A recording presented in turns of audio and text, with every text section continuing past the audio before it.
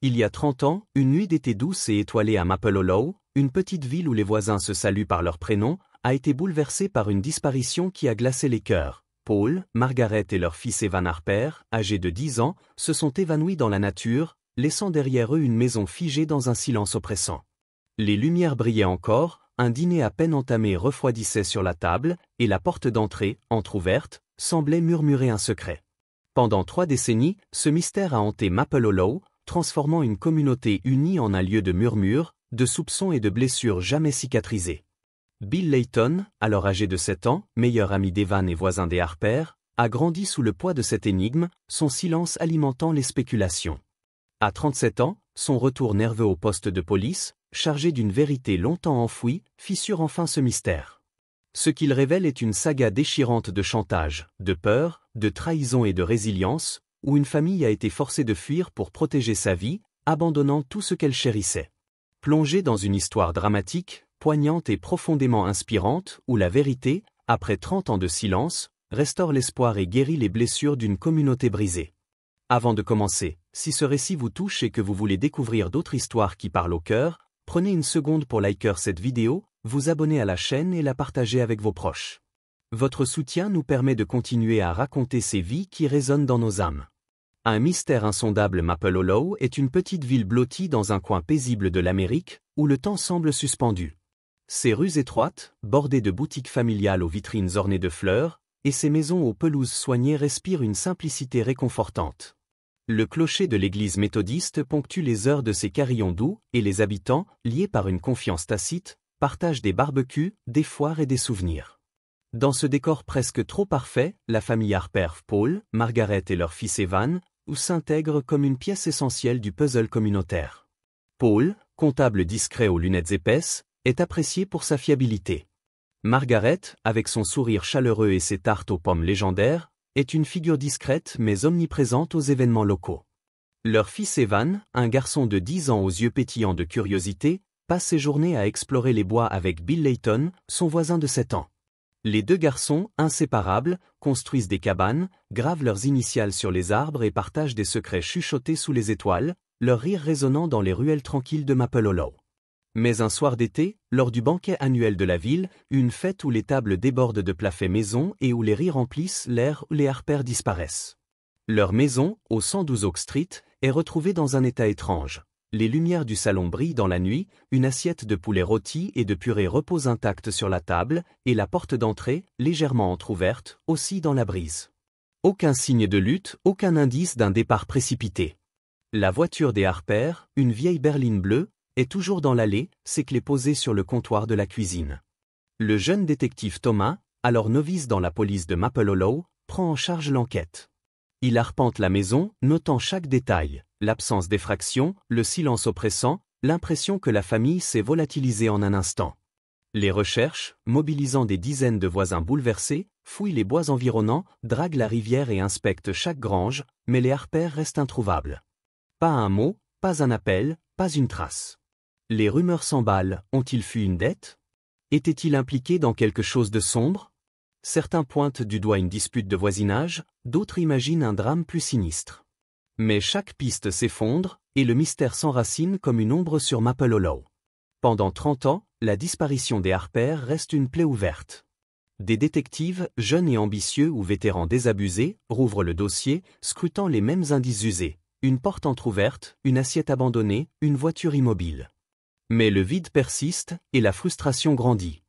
Bill Layton, l'ami d'enfance d'Evan, grandit dans l'ombre de cette énigme. À chaque question sur cette nuit fatidique, il répète qu'il ne se souvient de rien d'inhabituel, son regard fuyant trahissant un malaise. Les habitants murmurent, Bill sait-il quelque chose? Ses parents, les Layton, si proches des Harper, cachent-ils un secret? Maple Hollow, autrefois un havre de confiance, se fracture sous le poids des doutes.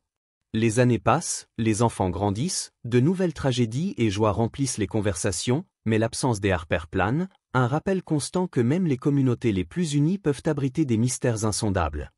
En 2025, 30 ans après cette nuit fatidique, Bill Layton, désormais âgé de 37 ans, pousse la porte du poste de police de Maple Hollow. Ses mains tremblent, ses yeux sont cernés, comme si un secret trop lourd le rongeait depuis des décennies. L'enfant rieur qui construisait des cabanes avec Evan a laissé place à un homme brisé, marqué par une vie de silence. Le détective Thomas, désormais un vétéran aux tempes grisonnantes, l'observe dans la salle d'interrogatoire, un espace austère aux murs gris et à la lumière crue. Commençons par le début, dit Thomas, sa voix posée mais empreinte d'une autorité acquise par des années d'enquête. Bill, après un long silence, semble lutter contre une vérité qui le déchire. Puis, comme si les mots, emprisonnés depuis trop longtemps, forçaient leur chemin, il murmure « J'ai vu quelque chose cette nuit-là. Quelque chose que je n'ai pas compris à l'époque. » Il raconte une dispute qu'il a aperçue la veille de la disparition des Harper, depuis le salon de sa maison. Par la fenêtre, il avait vu ses parents, M et Madame Layton, sur le porche des Harper. Son père criait, le visage rouge de colère, tandis que sa mère, nerveuse, tentait de le calmer. Margaret Harper, droite mais visiblement bouleversée, répondait avec fermeté.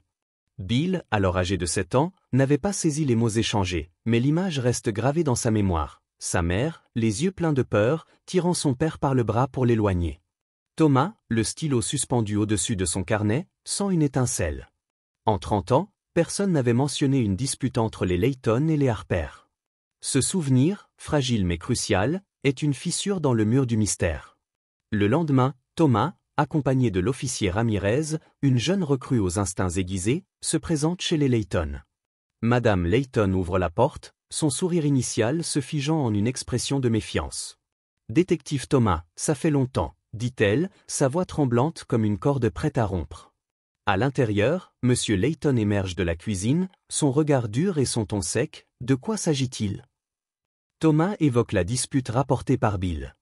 Les Layton, mal à l'aise, minimisent l'incident, le qualifiant de « malentendu sans importance, oublié depuis longtemps ». Mais leurs gestes trahissent leur nervosité. Madame Layton jette des regards furtifs vers un vieux meuble en chêne dans le salon, un cabinet usé par le temps. Ramirez, observant ce manège, demande à l'inspecter. Madame Layton refuse, prétextant des affaires personnelles.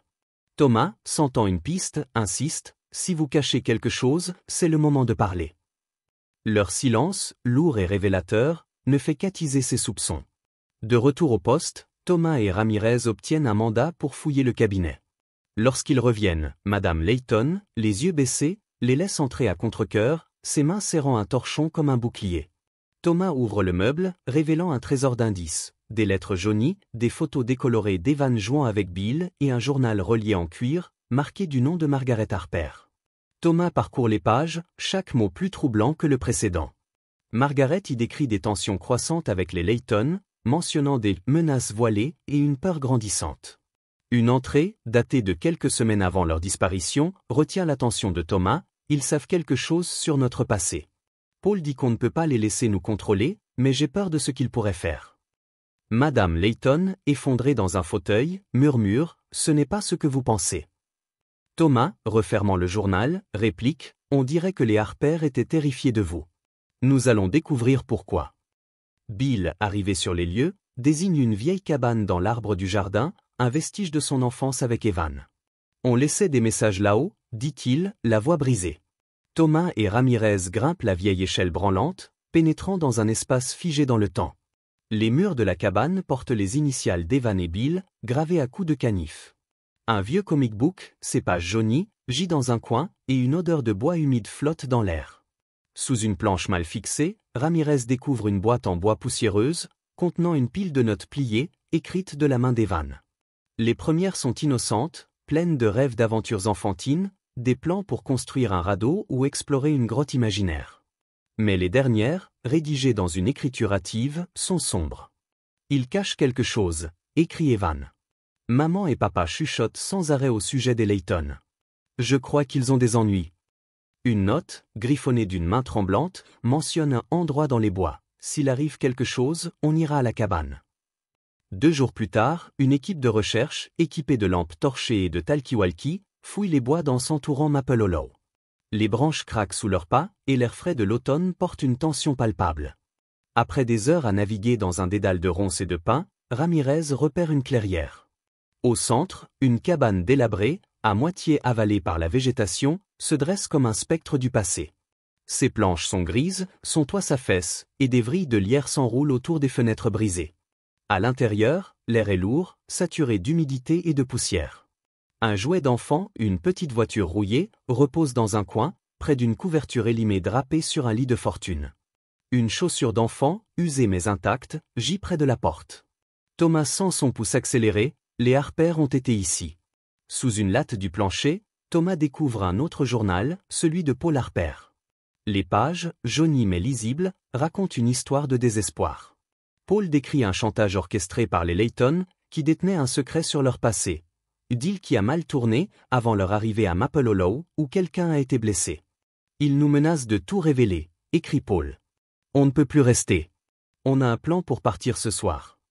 L'entrée finale, datée de la nuit de leur disparition, glace Thomas, si on ne part pas maintenant, je ne sais pas ce qui nous arrivera. Ce soir, on les rencontre. Après, on sera parti. Le journal mentionne un nom, Simmons.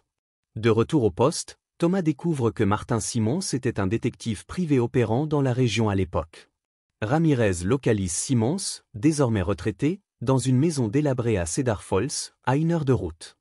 Thomas et Ramirez frappent à la porte de Simmons, un homme mince d'une 60aine d'années, aux yeux perçants mais fatigués. Il les accueille avec méfiance, ses mains serrant le chambranle. Lorsqu'ils évoquent les Harper, il soupire, c'était il y a longtemps. Pressé par Thomas, il avoue, oui, je les ai aidés à disparaître. Ils étaient terrifiés. Les Layton les faisaient chanter. Ils voulaient une nouvelle vie, alors je leur ai fourni de nouvelles identités et un endroit où recommencer. Simmons remet un registre codé, qu'il déchiffre au poste sous le regard attentif de Thomas. Une entrée indique une boîte de dépôt à la First Union Bank de Grovetown, où les Harper ont laissé des documents cruciaux. Dans la chambre forte de la banque, Thomas et Ramirez ouvrent une boîte métallique contenant des liasses de billets soigneusement empilés, des passeports falsifiés au nom de John et Mary Carter, et des documents officiels pour une nouvelle identité. Une enveloppe marquée, en cas d'urgence, contient une lettre de Paul. Si vous trouvez ceci, c'est que nous sommes partis. Nous voulions seulement protéger notre famille. Les Layton nous ont laissés sans choix. Les pièces du puzzle s'assemblent. Acculés par le chantage, les Harper ont orchestré leur fuite avec l'aide de Simmons, abandonnant Maple Hollow pour échapper à une menace insupportable.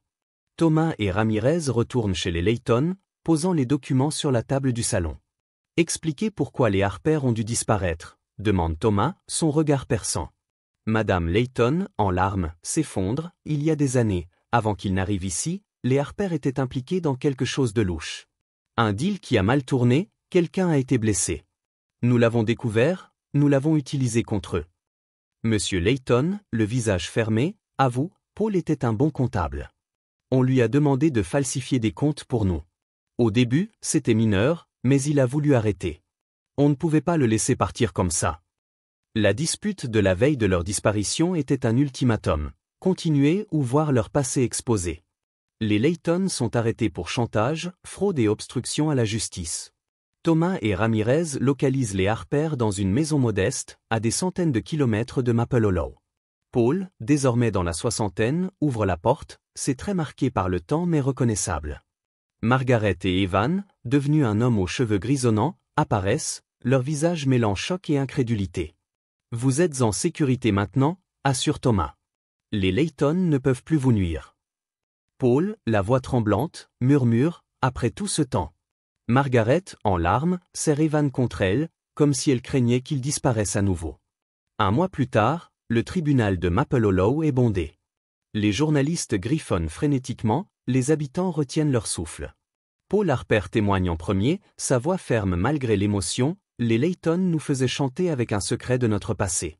Ils menaçaient de détruire nos vies. Margaret, les mains serrées, ajoute, nous vivions dans la peur. Quand ils ont intensifié leurs menaces, nous n'avions plus le choix.